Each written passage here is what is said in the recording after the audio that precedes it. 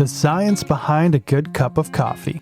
Now, by all means, this is not a coffee channel, but I do consider myself a nerd when it comes to making a good cup of coffee. And if you're a beginner like I was, and you're wondering which product will give you the best results, I'm going to give you guys a general overview with some expectations. And then I'm going to talk about some of my favorite products and methods and why I like them. Because after all, who doesn't love a good cup of coffee?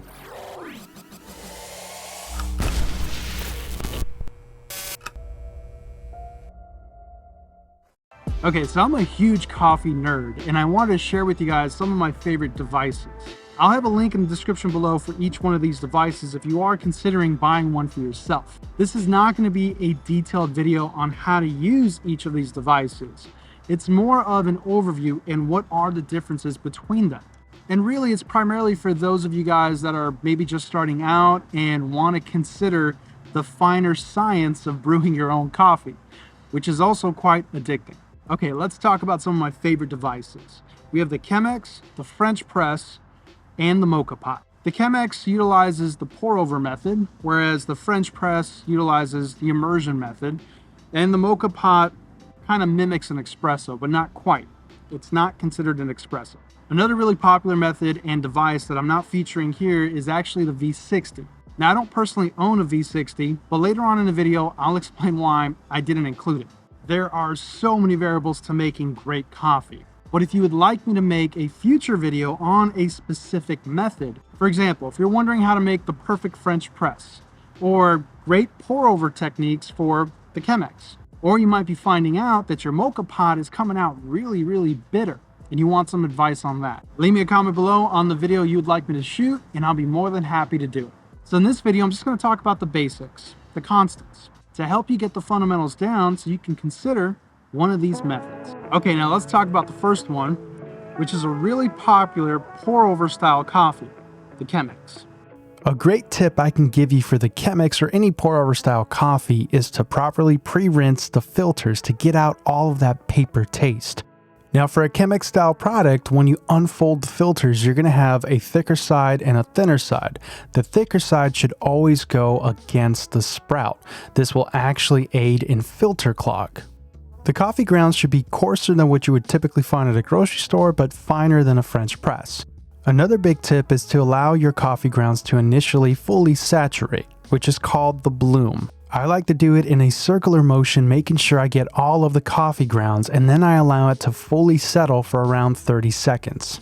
Once the bloom has completed, you can continue your pour over.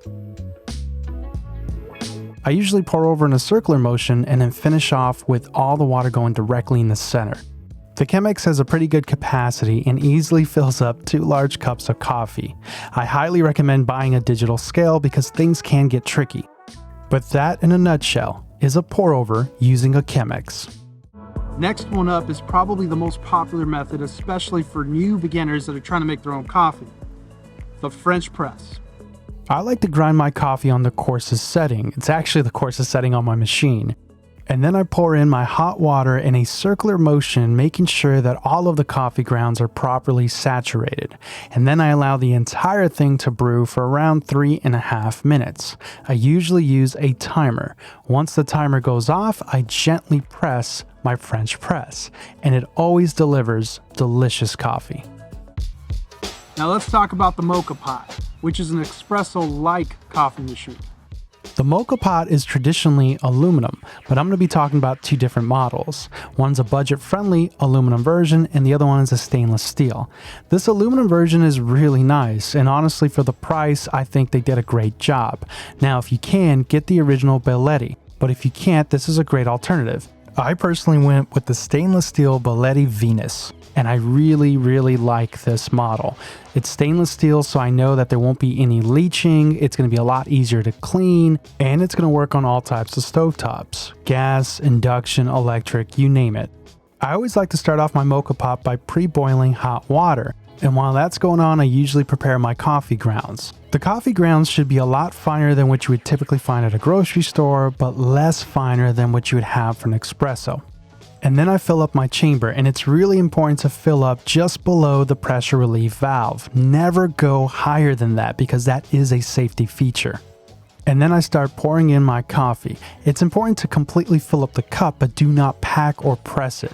You just want to make sure that you're flush with the top level. Once I put the coffee back in, I place the Moka Pot on the lowest setting on a gas stovetop. I prefer to use gas, but you can use anything you want with the stainless steel model. And then I watch the brew. If I'm getting a nice flow consistency, then I know my temperatures are good. If the flow starts to intensify, then I lower the temperature. And if the flow stalls out, I increase the temperature. But I'm looking for nice, consistent flow. And once the brew starts to violently gurgle, I know it's done, and I immediately stop it with cold water. Okay, now it's time to do the taste test. I did not make a lot of coffee because I don't want to get wired. Okay, the first one up is the Chemex. The Chemex is definitely our everyday type coffee. This particular one that I have here is not an actual Chemex brand. It's made by a third party, but it's very Chemex-like. And I really like the design, the glass shape. I do like that it does have the level indicators here. It does have the sprout, which aids in filter clog. And it does come with its own metal mesh filter, which is actually pretty good. And it does accept also the Chemex paper style filters. So this one was a really good brand. The glass is pretty good. It's pretty good quality. I think the Chemex is a little bit more heavy duty, but this is half the price. But generally speaking, the Chemex or the pour over style coffee is our everyday coffee, and we do use it with the paper filters. I read that the fuller body or the less filtered type coffees like the French press or the Moka Pot can be a bit bad for your health. They have been linked to higher cholesterol. So for everyday coffee, we use the pour over, we use the Chemex, and if we use the paper filter, it does provide really good filtration. So we think it's best for everyday coffee. Well, let's taste the Chemex, the pour over style coffee. And it's good coffee. The Chemex, the pour over, has a really light taste. You can definitely taste more of the fruitiness in the coffee. Very clean, very light, but very good. Has a lot of complexity still. There's no bitterness, a little bit more on the watery taste. So it's definitely much lighter in that respect. You don't get that full bodiness. But for everyday coffee, it's amazing. It definitely beats the typical drip machine type coffee that you'll find, the budget friendly stuff. And it's a treat to have every single day. But still rich, still complex. And we definitely really like it. Now, as an added note, my personal preference is a full-bodied coffee. So the Chemex or the pour over is not something that I typically gravitate towards, but it's fantastic. Okay, the next one up is the French press. The French press is definitely my favorite way of making coffee. I'm just gonna let you know that right away. But it's a much more fuller, less filtered style of coffee. So we only drink this on the weekend, Saturdays and Sundays. This particular machine that I have here is fantastic. And the company is actually called Café de Chateau. And they completely stand behind this product. They have a lifetime warranty, even if it's your fault. I've had this machine, well, not this exact machine, but I've had this for 5 years. And I've had to replace it 3 times. 2 of those times was 100% my fault. I broke the glass. I contacted the company. I told them it was my fault. I told them that I broke it while I was cleaning it. They warranted it out. And all I was asking for was actually for the beaker. I was willing to pay for the beaker. But they said they had a 100% lifetime warranty and they would give me a brand new product. And the last time was a manufacturing defect. The press on the handle actually snapped off. I contacted them again and they gave me a brand new unit. So the customer service is fantastic. Okay, now let's take a look at the French press, which admittedly is my favorite coffee. There's more of the oils in here, and let's do a quick test. Again, it's a very rich, great tasting coffee. It's very bold. You do get a full-bodied taste, full-bodied flavor. It lingers a bit. It's oily, and I really like that. That's something that I really prefer. So yeah, it's hard to describe, but the French press is like in between the Moka Pot and the Chemex or the pour over. It's very rich. It tastes really, really good, but it's not as strong as the Moka Pot. And likewise, it's not as light or filtered as the pour over. So let's take a look at the Moka Pot's brew. Right away, it's darker than all the other ones. There's a lot less in here because I do not want to start bouncing off the walls. I would say it's probably equivalent to the French press. It doesn't filter as well as a pour over Chemex, V60 and so forth. But yeah, it's probably equivalent to the French press. So let's taste it.